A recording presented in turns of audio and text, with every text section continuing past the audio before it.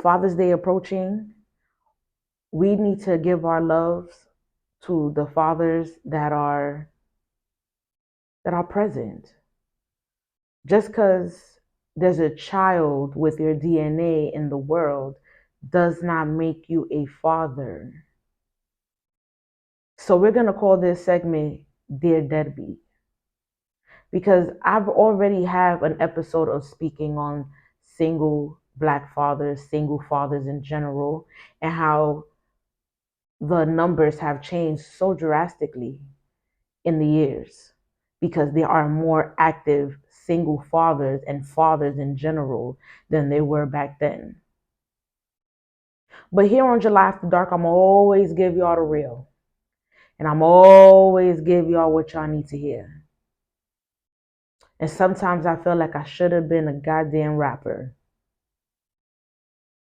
But listen, the same way that the numbers of single fathers and fathers in general have upped and scaled higher in the last couple of years, you don't think the numbers of deadbeats have gone up?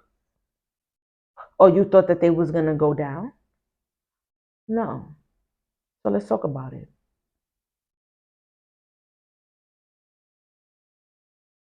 I had my dad. Shout out to Victor Flores. My father was very, very, very active in my life. He would pick me up from school, take me to school sometimes. We would hit the park. Very active. He would buy my clothes. Sometimes he would think I look nice in certain clothing and whatever. I don't know. My dad just thought he was doing something. So I was like, whatever. I have a real good relationship with my father. Like I'm not, and I thank God for this daily, that I do not have daddy issues. I'm not one of these women that can say, well, the reason why I can't be with a man is because I got daddy issues. No, no, that's not it. I don't have daddy issues. My dad has always been around as long as he can be around, and I love that nigga. So shout out to my pops. So naturally, growing up and being with my dad and stuff like that, I learned a lot about men that I wasn't too fond and weary about. But whatever, that's neither here or there. Um, Either way, my dad was still my dad, and he was my superhero of for a very long time. And even to this day, there's certain things that my dad does that I would require my husband, my boyfriend, to do, like hold my hand. I'm the type of girl who I like to feel protected. I like to feel safe with the person I'm with. So when I'm with my dad, he holds my hand in the street. Like when we're crossing the street, he holds my hand like I'm a 5 year old. At that point, I'm still holding on to his hand, and he'd be trying to let go. I'd be like, no, come here, you're mine. I'm very overprotective with my dad as far as the people that he brings into his life, because my dad is not a bum. Um, my man's make money. My father gets to the bag. So he gets to the bag so much that man travels every 2 3 months. He works for like 2 months, and then he's gone for another 2 months, and then he comes back and works for 3 months, and then he's gone for another month. Like my dad get to the bag. That man always had bread. So yeah, I always have to make sure that these females ain't after my dad for his bank, because it's like, you're not about to use my daddy. That's my daddy. That's my man's. And I'm gonna make sure that you ain't doing no crazy stuff with my father. When I had my daughter, I was very adamant about her father being a part of her life. Um, I always told myself when I was pregnant with my daughter, I told myself like, I'm hoping for the best, but I'm preparing for the worst. So the worst could have been just me being a single mother, having to do things by myself, but not for as long as I would have thought. Like I was thinking maybe if I was gonna be a single mother, and that was the worst thing that could happen to me, then I would be a single mom maybe for like 5 6 years. Eventually, he would have came around. It has been 10 years. My daughter will be 11 in 2 months. Um, her dad is not so active in her life. I've allowed him to come in and out of her life for so long. It's always been an open door policy, but he closes it on himself.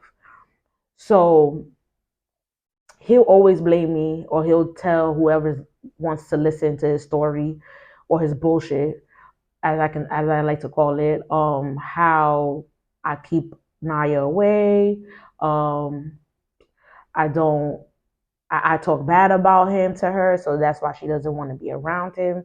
I'm like, bro, whatever helps you sleep at night is cool, but I don't have the time or the effort to be sitting here and talking about you to my child when I'm supposed to be planning my future with my child. So how is it that you are a part of my talk with my child and we're talking about the future and you've left yourself in the past? It doesn't work that way. At that point, I kind of had already knew that I was going to be doing this on my own. Like I said, not for as long as I had done it, but yeah, I knew for at some point I would be a single parent. So now, 10 years later, my baby girl is thriving. My princess is literally what I just called her, my princess. Uh, she is an amazing child. She reads, writes, cooks, cleans. She's very independent. She's very vocal, very loving. She is fucking hilarious. One thing I can say about my daughter, she is hilarious. Like I don't even know where she gets it from because I know I'm funny, but that girl be having me weak, like dead to the knees. I'd be like, nah, bro, what's up? So I'm not a good judge of character as far as like looks and stuff like that, but I don't necessarily think she looks like me, but that she has her days where she looks like me. And when she has her braids in just like mommy, she looks like me, but that she has certain faces of her father. So I'm like whatever. Um, Being a single parent is hard for any race, for any gender. Being a mother and being a single mother, being a father and a single father, it's hard regardless of who you are.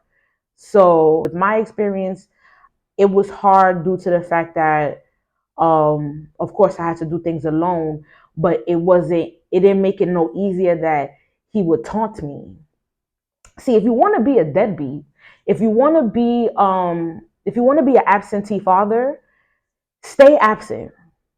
And what I mean by that is, if you're gonna be a deadbeat, if you're gonna be an absentee father, if you're gonna be a father if you're gonna be a man or a piece of shit that's not going to be around for your kids, then you should just leave them alone altogether.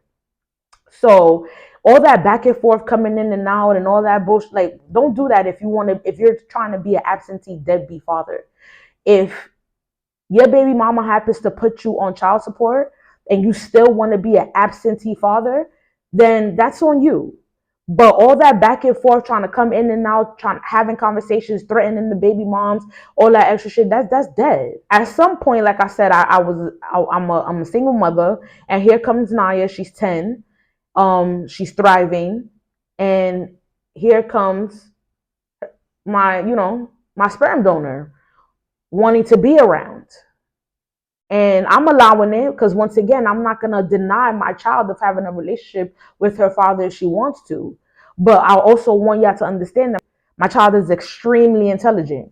So for her to know the kind of love that I give her, and for her to get the kind of love that she gets from, her godfather and her aunt and my mom, which is a grandmother, and my brother-in-law and everything, like for her to get the love from the other male figures in her life, it kind of she looks at her father when he comes in and out as like, okay, what are you here for?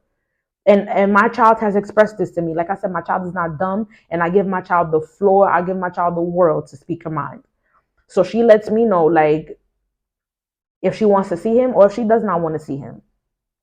So I asked her in the beginning when he started coming around. I asked her, "Do you want to see him?" And she's like, "Okay, yeah." She ends up seeing him, but she ends up letting me know that she would not like to go with him. For those that do not know, I have full sole legal residential custody of my child. She's all mine. That's mine.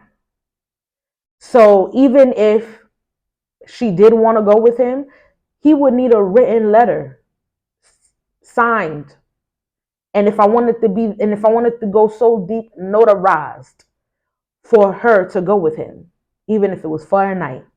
Because God forbid if anything was to happen to her and he has to take her to the hospital, which I'm gonna get into from another previous situation, and he has to take her to the hospital, um, they would want to know who's the mother. They're gonna want to know who's the mother. So, like I said, he has to get written consent from me. So I let him come around to be a active father to his child, but yet again, he still was not that active.